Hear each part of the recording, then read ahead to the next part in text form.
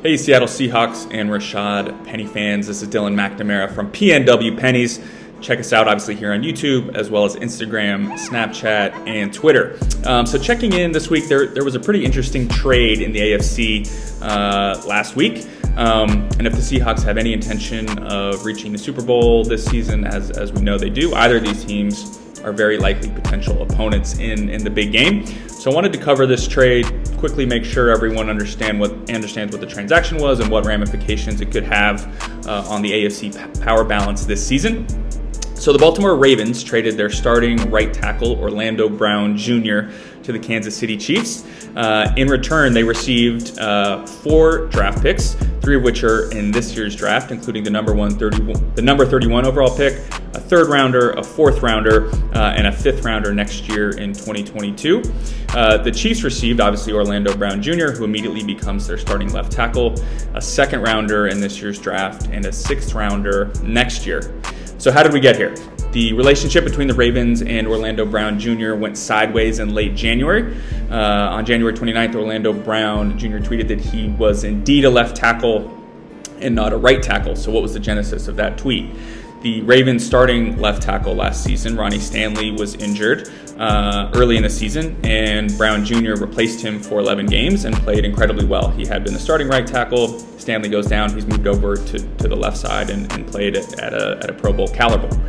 So Orlando Brown Jr., not yet 25 years old, has started 42 career games and 700 snaps at left tackle last season, didn't give up a single sack or even a QB hit, and has made the Pro Bowl each of the last 2 seasons. So he's clearly a very young, very talented player. You usually don't see a player, particularly at a prestige position like left tackle, becoming available on the open market.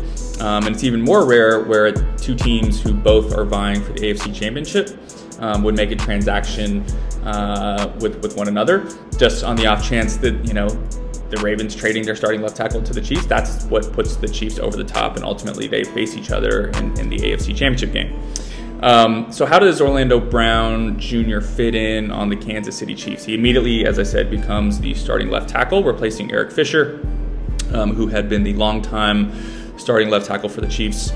He was released this offseason. Chiefs also released Mitchell Schwartz, who had been their starting right tackle. Both of those guys were injured, and as we saw in the Super Bowl, where Patrick Mahomes was running for his life for 60 minutes, rebuilding the offensive line was really at the top of the Chiefs' priority list this offseason. They've now nearly completely built the offensive line, and no position more important than the left tackle, who will, of course, be protecting Patrick Mahomes' blind side. So really interesting trade, a lot of draft capital going back and forth. Not only does it fortify the Chiefs' offensive line, but it also shifts a little bit the power balance this weekend. Come draft time, Ravens will obviously have an additional first-round pick, again, that number 31 overall pick. So their draft strategy changes almost immediately. So a lot going on with this trade. If I had to say who won or who lost, I would say certainly in the short term, I think this makes the Chiefs an exponentially better team. One of their team's weaknesses was that offensive line, and in one offseason it becomes one of their strengths. So we'll see what the Ravens are able to do with that draft capital.